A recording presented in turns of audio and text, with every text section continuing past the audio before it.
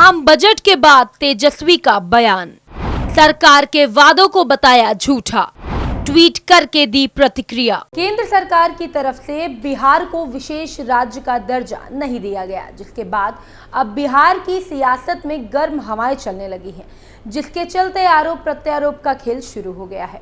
मोदी सरकार 3.0 का पहला बजट मंगलवार को पेश हुआ।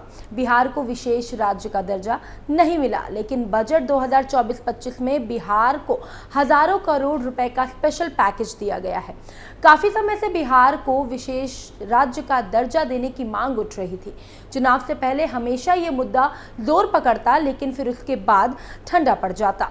लेकिन अब जब बजट सत्र में इस बात की पुष्टि हो गई है कि बिहार को विशेष राज्य का दर्जा नहीं दिया जाएगा, तो इसके बाद नेता प्रतिपक्ष तेजस्वी यादव ने प्रतिक्रिया देते हुए कहा कि बजट से बिहार को निराशा मिली है। तो और अब इस बयान के बाद सियासत में जुबानी मुठभेड़ शुरू हो गई है और एक के बाद एक नेताओं की प्रतिक्रिया सामने आ रही है। आज की स्पेशल स्टोरी में हम आपको बताएंगे कुछ डिटेल्स और क्या है स्पेशल राज्य का दर्जा और बिहार में कब से इसकी मांग की जा रही है, ये सब कुछ आपको आज की स्टोरी में बताएंगे। नमस्कार, मैं हूं आपके साथ प्रियांशी मिश्रा और आप देख रहे हैं हमारा खास प्रोग्राम स्पेशल स्टोरीज।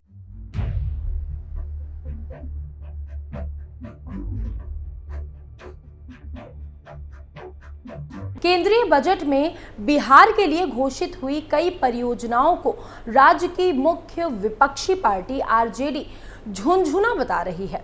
बिहार के लोग मुख्यमंत्री नीतीश कुमार बिहार के लिए विशेष राज्य का दर्जा या विशेष पैकेज हासिल ना कर सकने के लिए उनकी आलोचना कर रहे हैं।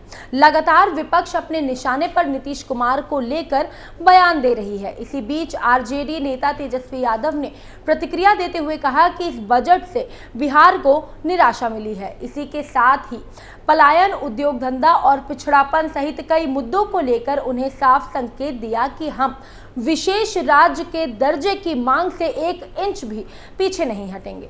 उन्होंने अपने एक्स अकाउंट पर ट्वीट करते हुए लिखा, आज के बजट ने बिहार के लोगों को फिर से निराश कर दिया है। बिहार को प्रगति पथ पर ले जाने के लिए एक नए राइवलरी प्लान की जरूरत थी और इसके लिए विशेष राज्य के दर्जे के साथ विशेष पैकेज की भी सख्त जरूरत थी।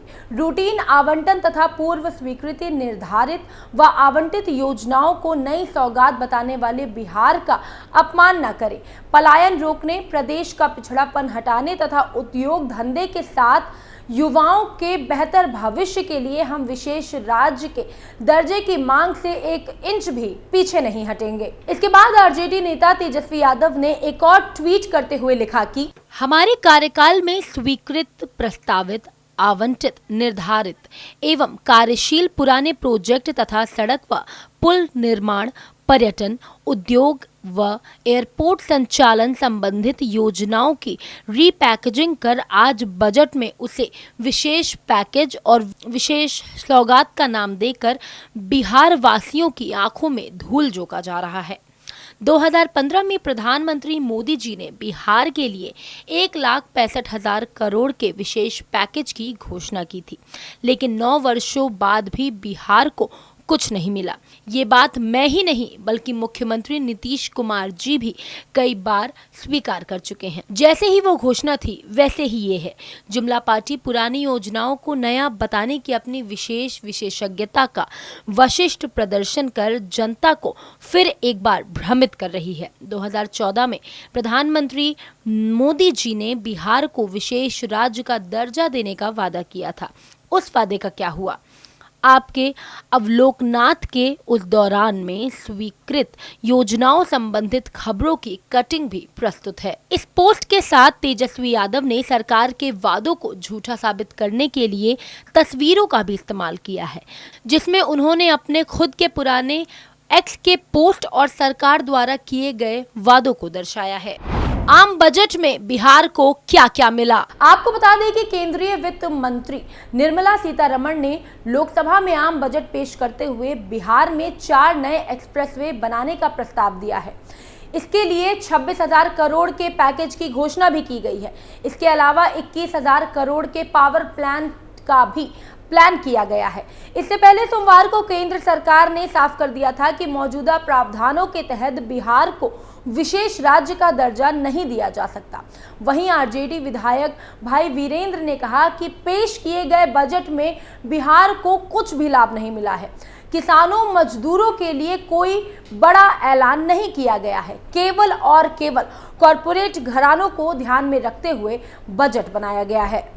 गिरिराज सिंह का भी सामने आया बयान। आम बजट को लेकर केंद्रीय मंत्री गिरिराज सिंह ने मंगलवार को कहा कि प्रधानमंत्री नरेंद्र मोदी ने बिहार के लिए पहली बार 2015 में 1.25 लाख करोड़ रुपए की घोषणा की थी और 2 लाख करोड़ रुपए खर्च किए थे। एनडीए सरकार ने हमेशा बिहार को सौगातें दी हैं। जहां तक विपक्षी दलों के बयान का सवाल है, लालू यादव और कांग्रेस बोले हैं कि एनडीए सरकार ने बजट में जो बिहार को दिया है वो नहीं देना चाहिए था। आगे उन्होंने कहा कि जब लालू यादव और कांग्रेस सरकार में थे तब उन्होंने बिहार को विशेष राज्य का दर्जा नहीं दिया, जबकि उस समय ये नियम था और बिहार के दोनों सदन से ये पास हुआ था। लेकिन अब विशेष राज्य का दर्जा देने का प्रावधान नहीं है, इसीलिए मोदी सरकार ने बिहार को विकास दिया है। ये बजट बिहार के विकास को मील का पत्थर साबित होगा। उन्होंने इसको सुपर बजट बताते हुए कहा कि बिहार में बहार है और एनडीए की सरकार ही रहेगी। अब आपको बताते हैं कि आखिर किसी राज्य को विशेष राज्य का दर्जा देने का अभिप्राय क्या होता है। गार्डलिंग फॉर्मूले के आधार पर 5वें वित्त आयोग ने साल 1969 में 3 राज्यों जम्मू कश्मीर, असम और नागालैंड को विशेष श्रेणी राज्य का दर्जा दिया था। इन तीनों राज्यों का सामाजिक, आर्थिक और भौगोलिक पिछड़ापन ही उनके विशेष दर्जे का आधार था।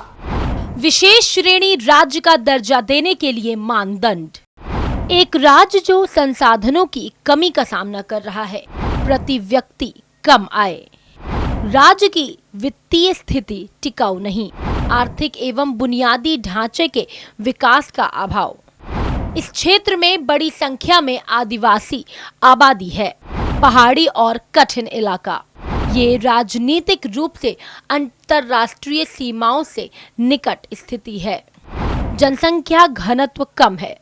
विशेष श्रेणी के दर्जे के बारे में 5 रोचक तथ्य। वित्त आयोग की सिफारिशों के अतिरिक्त भारतीय संविधान के अनुच्छेद 275 संघीय सरकार को किसी भी राज्य को अतिरिक्त वित्तीय सहायता प्रदान करने की अनुमति देता है। ये पृष्ठ विशिष्ट राज्यों को विशेष श्रेणी का दर्जा देने के लिए आवश्यकताओं के साथ इन राज्यों द्वारा प्राप्त लाभों के बारे में भी बताता है।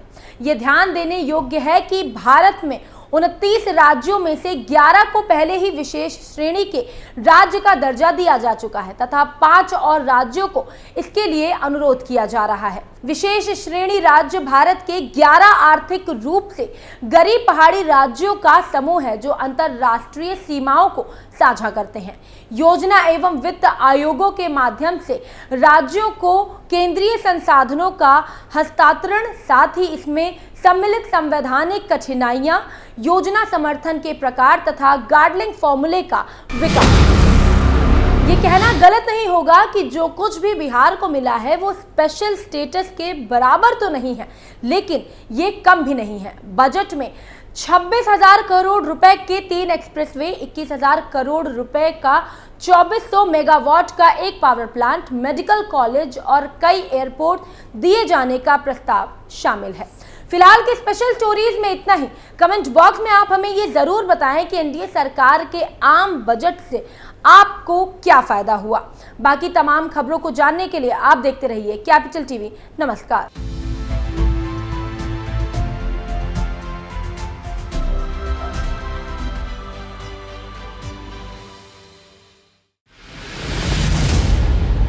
मैं राजनीति करता नहीं, पर राजनीति को बहुत गहरे तक समझता हूं। मैं लोगों के बीच रहता हूं, लोगों के मन को अच्छे से जानता हूं।